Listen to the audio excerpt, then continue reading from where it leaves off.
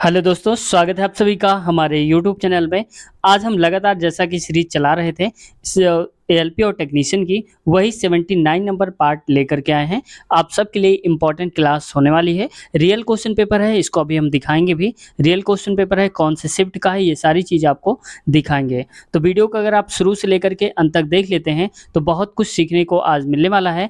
Question का idea भी आपको लग जाएगा, किन किन टॉपिक पर आपको फोकस करना होगा, किसका वेटेज ज़्यादा होता है, ये भी आपको देखने को मिल जाएगा। शुरुआत करते हैं क्वेश्चंस की, लेकिन इससे पहले दोस्तों अब तक चैनल को सब्सक्राइब नहीं किया है तो आप लोगों से रिक्वेस्ट है, चैनल को सब्सक्राइब कर लीजिए और बेल आइकन दबाकर हमारे चैनल से जुड़ जाइए। तो आप यहाँ पर देख पा रहे होंगे कि ये जो क्वेश्चन पेपर हमने आज लिया है, आज कराएंगे, वो टाइमिंग इसकी थी 1 बजे से 2 बजे तक और 21/8/2018 का रियल है एएलपी टेक्नीशियन का, क्योंकि एक ही पहले होता था एएलपी टेक्नीशियन, वही क्वेश्चन पेपर है। आप यहाँ पर देख सकते हैं रियल क्वेश्चंस। शुरुआत करते हैं आज के पहले क्वेश्चंस की। पहला क्वेश्चन, निम्नलिखित में से कौन सी धातु उच्च तापमान पर भी ऑक्सीजन के साथ प्रक्रिया नहीं करती है? तो ये चांदी जो होती है वो उच्च ताप होने पर भी ऑक्सीजन से क्रिया नहीं करती है।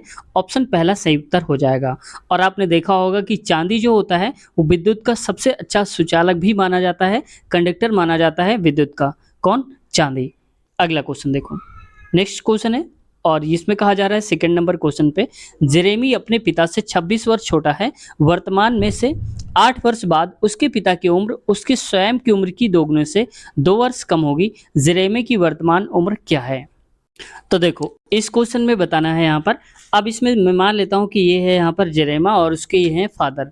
फादर की उम्र अगर x है तो कह रहा है 26 वर्ष छोटा है अपने पिता से। कौन? जेरेमी। तो ये हो जाएगा x माइनस का 26। ठीक है। अब इसके बाद क्या करना है, वर्तमान से 8 वर्ष बाद। तो देखो अभी उम्र इसकी इतनी है, 8 साल बाद कितनी हो जाएगी? x माइनस का 26 तो रहेगा प्लस 8, और ये भी x प्लस 8 हो जाएंगे, फादर भी।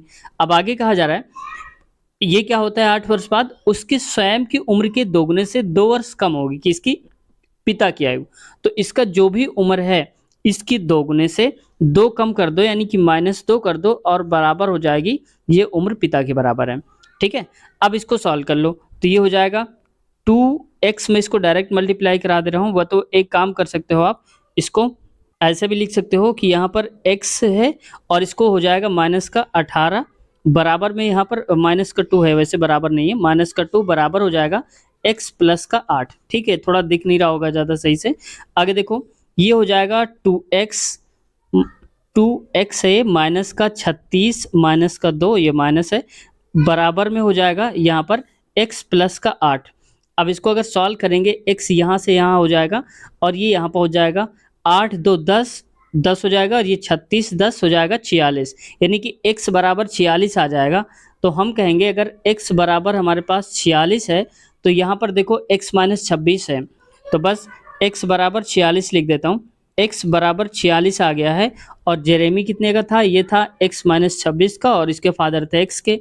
जेरेमी की उम्र बताना है तो x जगह में आप 46 रख दो, तो ये हो जाएगा 46 माइनस का 26, तो आ जाएगा हमारा 20 आंसर। तो राइट ऑप्शन नंबर चौथा सही उत्तर हो जाएगा। ठीक है। अगला है, केरल में थुम्बा प्रसिद्ध क्यों है? क्योंकि अब ये है एक रॉकेट लॉन्चिंग स्टेशन है, थुम्बा आप जानते होंगे। ठीक है, इस वजह से ये फेमस है रॉकेट लॉन्च करने के लिए। अगला क्वेश्चन देखो, नेक्स्ट क्वेश्चन में कहा जा रहा है एक सांद्र अम्ल को तनु करने के लिए हमें क्या करना चाहिए? तो ये सांद्र अम्ल में हमें पानी मिलाना चाहिए और धीरे धीरे करके मिलाना चाहिए। ऑप्शन नंबर दूसरा सही उत्तर हो जाएगा। अगला क्वेश्चन देखो, अगला क्वेश्चन है उस विकल्प का चयन करें जो प्रॉब्लम फिगर समस्या चित्र में प्रश्न चिन्ह बदल सकता है। तो देखो इसमें एक हिसाब से अगर देखोगे 3 पॉइंट जो है ये पहले ऊपर की तरफ है, फिर वो नीचे की तरफ हो गए हैं और फिर अब की बार इधर की तरफ हो गए हैं। और देखो अब जो पॉइंट बनेगा वो कुछ इस प्रकार से बनेगा कि कुछ ऐसा होगा, ये पॉइंट इधर की तरफ होंगे।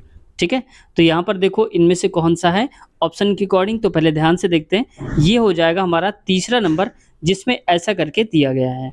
अगला क्वेश्चन, एक सर्किट में एक बिंदु से दूसरे बिंदु तक 2 कूलाम का आवेश प्रवाहित होता है। ये दो बिंदुओं के मध्य विभवांतर 5 वोल्ट है, तो किए गए कार्य की मात्रा कितनी होगी? तो हमारे पास देखो फॉर्मूला होता है V बराबर W/Q। W बताना है तो W की वैल्यू हो जाएगी V इंटू में Q बस यही रख देना है। तो V की वैल्यू क्या है, वोल्टेज कितना है 5 का, तो लिख दो 5 और कूलाम कितना 2, तो ये हो जाएगा टोटल 10, ठीक है। और काम का मात्रक क्या होता है, जूल होता है, तो 10 जूल सही उत्तर आ जाएगा। ऑप्शन नंबर पहला हमारा सही उत्तर है। अगला क्वेश्चन में आते हैं। नेक्स्ट क्वेश्चन कहा जा रहा है, दो संख्याओं का मासा 12 है और उनका लासा इतना है, यदि इनमें से एक संख्या 24 है तो दूसरी संख्या क्या होगी। ये बहुत ही फेमस क्वेश्चन है रेलवे का, ये पूछा ही जाता है। तो इसमें देखो, इसका फॉर्मूला होता है एलसीएम गुणे एचसीएफ, ठीक है, बराबर पहली संख्या गुणे में दूसरी संख्या। अब एलसीएम कितना है यहाँ पर कर दो, या कुछ भी कर सकते हो, 12 गुणे 72 कर दो या 72 गुणे 12 कर दो, ठीक है, बात वही है। चलो मैं कर ही देता हूँ, 72 गुणे 12 बराबर आ जाएगा, एक संख्या 24 दिया है, दूसरी मान लिया हमने कि एक्स रही होगी। अब देखो इसको काटेंगे, 12 एकम 12, 12 दूनी 24 हो जाएगा। इसको भी अगर काटोगे ये 2 से तो 36 हो जाएगा, तो x की वैल्यू आ जाएगी 36। तो सही उत्तर हमारा ऑप्शन नंबर तीसरा। अगला क्वेश्चन है, डैश वह प्रक्रिया है जिसमें अम्ल और क्षार मिलकर लवण और जल का निर्माण करते हैं। तो ये होता है हमेशा न्यूट्रलाइजेशन जो होता है ये हमारा कहलाता है, यानी कि उदासीनीकरण कहलाता है, जब अम्ल और क्षार मिलकर के लवण और जल बनाते हैं, क्योंकि न्यूट्रल प्रक्रिया हो जाती है। अगला क्वेश्चन देखो, नेक्स्ट क्वेश्चन को थोड़ा सा मैं जूम करता हूँ, ये पेपर पीडीएफ थोड़ा ठीक कम है इस वजह से ऐसा हो रहा है। रिक्त स्थान में सबसे उपयुक्त विकल्प भरें। तो एथेनॉल का डैश के लिए विकृतीकरण होता है। विकृतीकरण का मतलब होता है यहाँ पर क्या, सब ये होता है अप्रोप्रिएट ऑप्शन, यानी कि सबसे अच्छा ऑप्शन कौन सा है इसके लिए। विकृति का मतलब होता है डिनेचुरेट, ठीक है। आगे देखो, इसका होता है इसे रोगाणु रोधक के रूप में उपयुक्त बनाने के लिए करते हैं। ऑप्शन नंबर पहला सही उत्तर है। अगला क्वेश्चन को थोड़ा सा छोटा करता हूँ, इसमें कह रहा है एक ट्रेन 66 किलोमीटर प्रति घंटा की गति से 300 मीटर लंबे प्लेटफॉर्म को 24 सेकंड में पार करती है।